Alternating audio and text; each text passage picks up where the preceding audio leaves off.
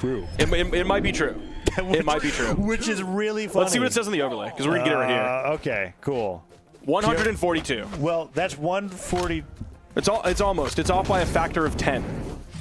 Do you think that they just can't fit 4 numbers on the overlay? Yeah, it's like a Stack Overflow or whatever. You need to use a long int or something. Well, either way, whether it's a 1420 or 142, it's still, big. He has a big PR regardless, and he is more than outplacing it here. Yeah, here we go as well. He's also playing to the level of the placement that he's at with those side airs. Nair comes through, gravity cancel, Dila, Alex is out of there. And you know it's unique because he's doing it on a character that just has not played competitively. Yeah. At least not successfully. What? Back-to-back insigs. Okay, so fast at low damage, apparently. Puts out the down nice grab. Ensig, can he turn this into a stock? He's going to have to do it. The weapon toss goes up. Darwen's able to grab it. Anonymous Alex backs up. He does hit the side air. He's getting Darwen into the orange. So fast. Yeah. Stomp side air. Puts Darwen off the left side of the stage.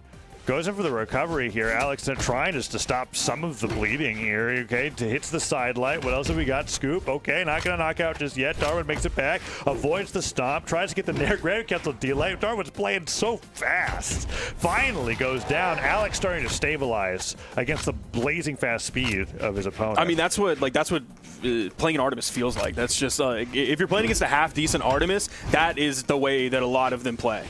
Right. It's just usually they get hit 4 times and then their stocks are gone, right? It's so difficult to be able to do it. And also, like, a big detriment to playing Artemis is that you don't have that, like, bread and butter knockout weapon. That's true, but you still have, like, you have Lance side sig, and you also, I mean, clearly he was able to use the neutral signature really well. Or raw Sairs, right? Whereas, like, even when you're playing a heavy weapon character like Teros, you get Stomp Sair. Yeah. Like so. And so that's probably the situation that Alex wants. He wants to see Darwen on Lance, off stage, getting ready to come back on a stage. He can just play it slow, play it simple, and just punish with the Stomp Sair. Now that he's back on Scythe, then it can get a little scary. I'd say again. heavy weapon meta does not favor Lance at all. Not even a chance, dude. I think Axe and Hammer both do fantastic, and that means you're just going to have to outplay dramatically on the one string weapon that you've got, which is what Darwen has been doing so far, right? Both stocks taken purely off the back of the Scythe. He had so much trouble in the Lance. He throws it away, primes a fresh Scythe, and he goes right back over to it. Oh, okay. So the PR, we're getting word from production that the PR on the overlay right now, right, as Darwen is just completely destroying. So we're missing a number. Yeah. It is actually 1432. You only get 3 slots for a number on there. It's only a 3-digit number that goes on there. I don't know why they took out the middle number, though. Yeah, right? I don't know how that works. Yeah, well, that's whatever. But that is supposed to be a 4 number. Wow, that's huge. How many hundreds of rankings is he going to rise after this? Because he is 2 games away from being in top 3. Yeah, he just took that first game. At the Autumn Championship before BCX. I'm talking about like a complete literally a complete nobody. Not anymore. Well, people knew his name. They knew his name? Yeah. At PR 1432? Yeah, he's a known player because he was banned for a little while.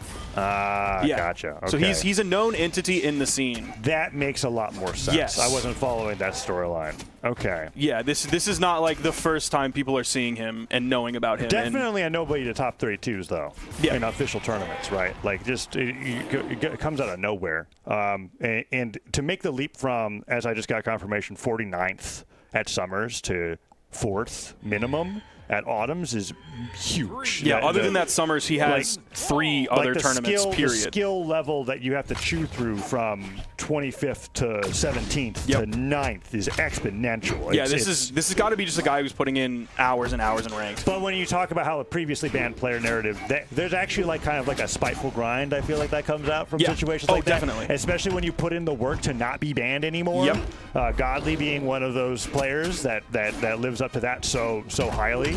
So this is really exciting to see. Darwen dodges that weapon throw here.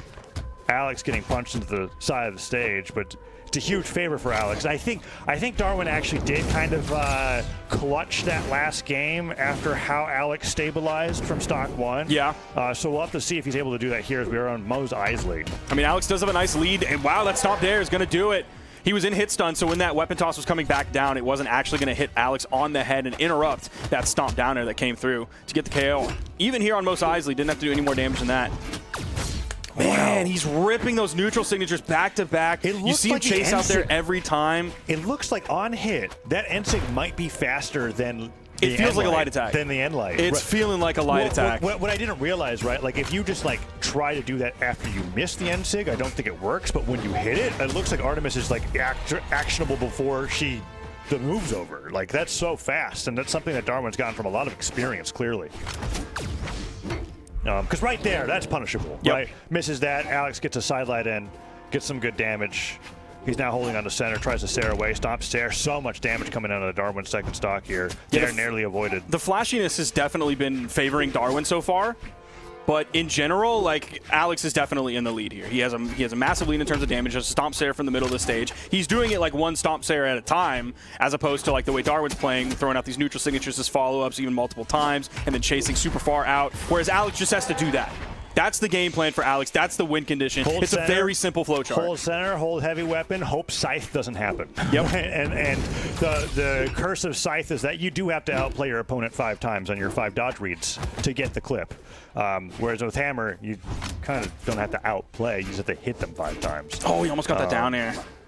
That would have sent Darwin up, potentially leading to a juggle situation. There's a down air sending over. He burned the dodge off of that, too, to get that sidelight, even though Alex was really pretty low and to the right. I don't think he could even jump into that one at that point. Dare, side air. That recovery could have done so much damage, too. Darwin goes high, gets one down air. Edge guard time. No. Dodges straight up, avoids the down air. Darwin has to make it back to center, and Alex just holding on. Has the axe, doing anti-aerial nairs. And Darwin keeps missing the jump. That's a 2-stock. He keeps missing the jump after the down air. The ground pound gives him the 2-stock. Now a game on the board for Alex. And this is what I was talking about. I felt like game 1, Darwin kind of had to steal back. But it didn't feel like he had figured anything out. Actually, it felt like Alex was doing just fine. Yeah. So we're going into game 3 now, and I wonder with that map now off the table if anything will be different. I think definitely now we're seeing that Alex has realized that he doesn't need to be in any rush to get back to the stage. Like, he's taking his time to get back. He's not just like floating out there in the same spot over and over, but he's taking his time to get back on stage because he knows that there's a potential for Darwin to immediately rush out there, and then he's going to be ready for it. Yeah. Let's see what happens on Demon Island now. No. Yeah, this could change things a lot. Darwin wasn't really doing great with the wall length. Wow, used every single jump to get to the weapon spot, and then exhausted. But here's the juggle game, man. Ooh. So much damage. Even the chase dodge came out from Alex to really try and get up there. A stomp sidelight, too. Already been so much damage. Darwin's able to jump again to get over the neutral signature. Hits. Great sidelight and the D-light. Got through the weapon Alex throw. Doesn't have very much left. There's the neutral air. He did get the touch off of it, but there's the recovery. The dodge comes through for Alex to keep him safe. Yeah, weapon toss going to come in. He's going to be looking for the hammer. I guess he needed to like turn around nair there. He went for the recovery, hoping Alex would dodge in place, but just dodged right through to the center of the stage, dashing around, puts up the down tick, gets stared for it, loses his scythe. That means Where was the stomp, that Alex? Means he's got to play through Lance now. All right, he does get the sidelight down air. Weapon throw goes all the way up. Ground pound stopped by the weapon throw to the recovery. Sends him flying. I'm surprised that knocked out. I thought from being underneath the stage he'd have another little bit of life to play with, but Alex goes down first, and Darwin goes right back over to the scythe.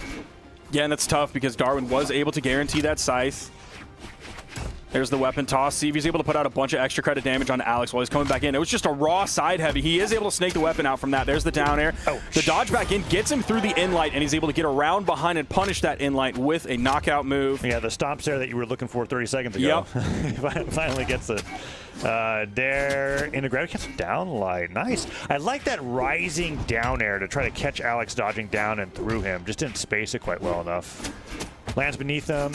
Inlight nair, the turnaround side air. That's an interesting choice. I'm not used to seeing that. Chase dodge right afterwards. Yeah, Darwin just really mixing it up. Oh, what's Alex got, though? He's still keeping a damage advantage. Holds center, gets hit by a Sair. No, another Sair. Darwin looking for down air. Was going for like a go to stage read, I guess. Oh, stop side air. Man, so much damage. And then jumping side air as well. That's going to take away that stock. Again, Alex holding on to this lead. Darwin really had that shock value coming right out of the gate on the set. But in general, especially in the neutral game, Alex is just taking over here. He has Darwin spawning back in on fresh. Coming back in with this Lance. Almost got the recovery. Another weapon toss coming out. He's going to do it back again. No. He's potentially waiting for the weapon spawn so he can steal it away, forcing Darwin to continue to be on that Lance. Sidelight nair. Went for the GC sidelight, delaying that one. Yeah, Alex showing he's got that matchup experience with the side stick. You just got to spot dodge it. Don't got to dodge through it away. Side stick punished once again by that sidelight. Darwin does get the Sair. Not enough. Goes all the way out there for the edge guard. Alex uses dodge. And the gravity cancel N6 is going to take him off the top of the stage. Doesn't bounce him off the wall, just goes straight up the top. Great job using that to be able to cover that space. And Darwen, was he priming? Okay, he was just denying the weapon spawn. Yeah, he was juggling a lot more than most people do. They'll do it until like their opponent spawns back on the stage, and then once they spawn back, then they usually swap. Alex, oh my gosh! He got the down air. Just barely getting away from that recovery. Gravity cancel end light, 2 end lights in a row. Puts up the down tick. Alex does not dash right away after picking up the hammer, though. Now the nairs are coming through. Stomp side air territory now, Sparky. It stomps air, and maybe doesn't even need the second follow-up side air to get the win here. Darwen's going to play so carefully around this. Alex is looking for one thing. Yep, and he's going to be so careful about how he uses it. I thought that was going to be it. Darwen holds on, gets the nair. All right, nairs are coming through here. Alex going to look for that stomp once more. Down here, side sig. Edgeguard with the grab pound. My gosh! I cannot believe it. I had to have been literally 2 damage off from that stop stare from knocking out. I was dead to rights, thought that was going to be it. I didn't think he needed anything else. And he makes it back and lands the first side sig of the set to get the edge guard. Gravity cancel end sig here on the edge guard was really fantastic, but let's look at this. Man, there were so many moments where I thought, like right here, I thought he was going to get the nair here. Right? Oh, okay. And he just didn't get it. Yeah. Got the double end light, all that other follow-ups. There's that side sig, and let's look at the mix-up here. He dodges back and then does a jump, pivot, ground pound. I don't think Alex had anything to make it back. It's match point now. Darwen is on the verge of being in top 3.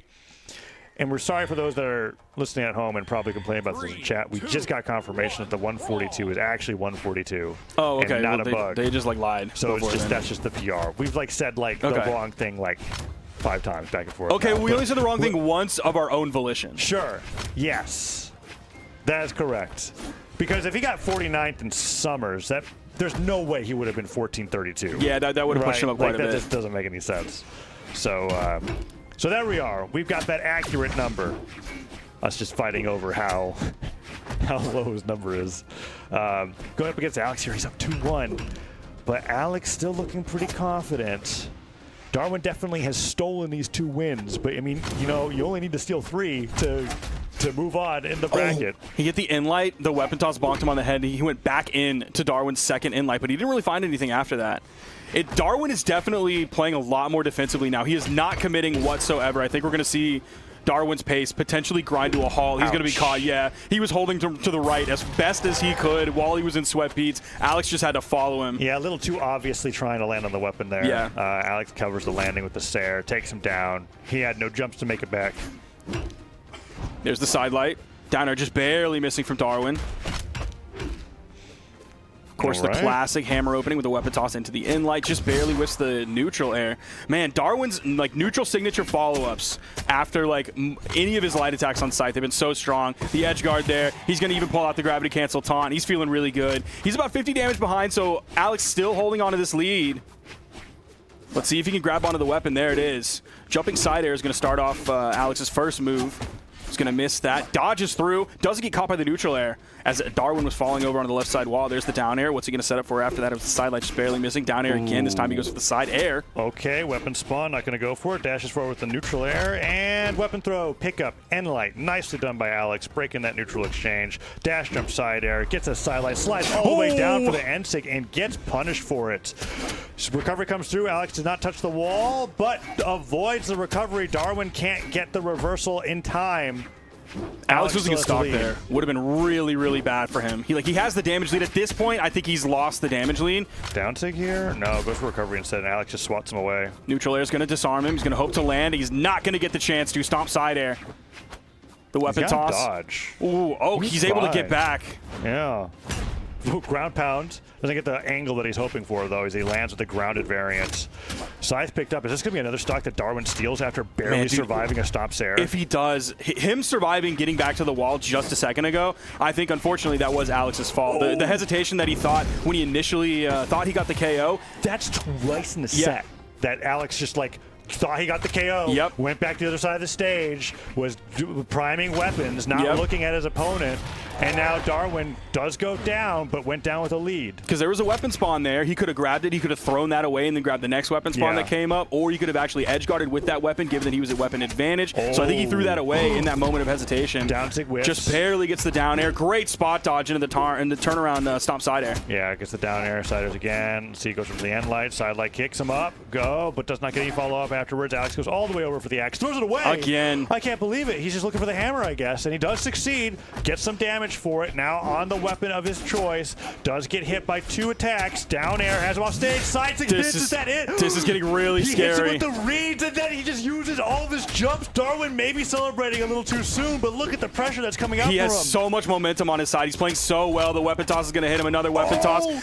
He went for the GC inlight into the recovery rather than throwing out a dare or a neutral air. They can turn around, bonking on the head, but he's not ready to get the pinball. That's going to interrupt the recovery. It's got to be over. Dude, Darwen, where are you going? He's willing to risk everything in that moment on set point against Alex. And Darwen is going to advance past Anonymous Alex.